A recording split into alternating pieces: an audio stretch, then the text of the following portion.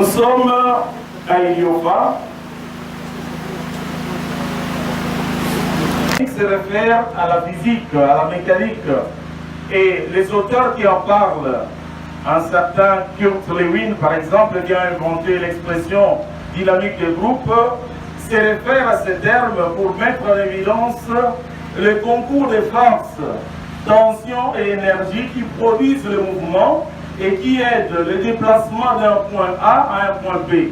Donc nous sommes dans cette perspective d'une communication qui veut apporter du changement. Eh bien, il y a un adage d'une certaine langue qui dit atterrir longuement dans le mouvement et qui aide le déplacement d'un point A à un point B. Donc nous sommes dans cette perspective d'une communication qui veut apporter du changement.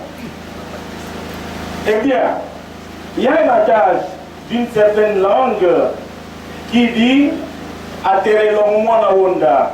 C'est écrit un peu en grec parce que la langue peut-être est proche du grec. Et littéralement, ça signifie ceci: on apprécie un enseignement à la manière dont l'enfant écoute. Donc pour apprécier un enseignement, il faut que l'enfant écoute. Écoute signifie comprendre. Et comment on le vérifie? Il fait ce qu'on lui dit. Donc pour dire que ce papa, cet enseignant est bon enseignant, on le verra à la manière dont l'enfant applique ce qu'il a enseigné. C'est en fait ce que Jésus dit. On saura que vous êtes mes disciples si vous faites ce que je vous commande. Ceci signifie en fait que la communication s'apprécie non pas du point de vue de celui qui émet, mais du point de vue de celui qui reçoit. Une communication réussie, c'est une communication où il y a parfaite correspondance entre l'intention de celui qui émet et la compréhension de celui qui reçoit. Interroger, non pas en me mettant du point de vue de celui qui a pastoral. C'est un grand point d'interrogation. Et alors, quelle réponse nous pouvons donner à ces interrogations? Nous pensons qu'il y a lieu de faire une différence entre la communication comme fait inhérent lié à l'homme et la communication stratégique comme moment de faire la communion. Cette ronde-là de chaque matin, 75 pour 76, 75 pour 78, tout le monde était en communion. On pouvait se partager des nouvelles. C'est bien ce qu'on a aujourd'hui, les cellulaires, mais on a perdu beaucoup de cet aspect de faire église. Nous avons la radio et la télévision qui aujourd'hui on m'a appris que ça ne fonctionne pas. Nous avons aussi maintenant l'internet avec un site web. Bien, la particularité de notre temps, normalement je vous ai dit, il faut beaucoup d'attention sur le destinataire. Connaître notre... Dans la manière de communiquer de l'église, c'est la rigidité du vocabulaire. Et puis, les seuls cadres de l'église comme contexte de l'annonce. Nous avons aussi la communication unidirectionnelle que nous utilisons. C'est-à-dire qu'il y a quelqu'un qui parle, surtout par l'homélie, et les autres entendent. Nous avons aussi souvent utilisé le style écrit, alors que notre peuple ne lit pas. Souvent, nous avons un style aussi statique de faire les mêmes choses, les mêmes manières, les mêmes concepts. Enfin, il manque souvent dans notre façon de faire la planification. J'ai fini. Voilà. Je m'inspire beaucoup de ces messieurs-là, Goldman, qui dans ces styles de leadership propose ceci. Les leaders chefs de file qui disent regardez-moi et faites comme moi. Les leaders coach, entraîneurs qui disent essayez ça. Et les leaders visionnaires qui disent venez avec moi. Les leaders démocratiques qui disent vous, qu'en pensez-vous?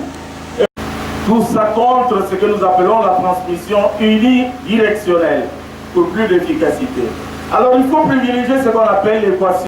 On doit offrir à chaque tranche de population disons, les canaux les mieux adaptés pour qu'ils comprennent. Parce que vous devez comprendre que c'est la compréhension du message qui doit primer pour chaque personne qui communique. Il faut s'adresser à l'homme concret en identifiant ses vrais problèmes. Voilà. Du point de vue de la personne qui parle, qu'il soit crédible, empathique et aussi courtoise. Du point de vue de la manière de communiquer, je propose un certain professionnalisme, la transversalité, c'est-à-dire le recours à beaucoup d'autres disciplines, la gradualité, mais aussi la charité. Quelle stratégie pour l'Église? Ça, c'est surtout face au défi des sectes. J'ai proposé dans un article ces lignes-là, la familiarisation, l'approvisionnement. Notre travail, c'est l'annonce. Aujourd'hui, beaucoup de méthodes d'évangélisation sont statiques et que le résultat est là. Nous voyons combien la rhétorique des sectes captive, attire. Nous n'allons pas courir derrière eux en ce que j'appelle le pitch statement. Mais nous devons apprendre les techniques de la rhétorique, enrichir avec les techniques de public speaking pour être capable de nous faire comprendre. Sous cadre pour l'enseignement, surtout des espaces catégétiques. Quand on laisse la messe, ce n'est pas possible que nous puissions compter sur le moment de l'homélie pour faire l'annonce. C'est trop peu et ça ne signifie rien. Laissez à l'homélie 5 minutes pour méditer la parole de Dieu, mais créons d'autres espaces où on va vraiment faire l'annonce à travers une catéchèse, comme j'ai dit, créative, dynamique. Et je propose aussi qu'on rentre vraiment à la méthode participative comme on le faisait dans les communautés à travers la conscientisation. Enfin, à l'Institut supérieur de développement, un devoir aussi, j'en ai déjà parlé, instituer ou intensifier l'animation socio-culturelle en pratique obligatoire pour les étudiants de BEO. Ce serait pour la formation, disons, de nos populations pour les conduire vers un changement durable. Monseigneur l'évêque, honorable président de l'Assemblée, chers frères et sœurs, j'ai dit et je vous remercie.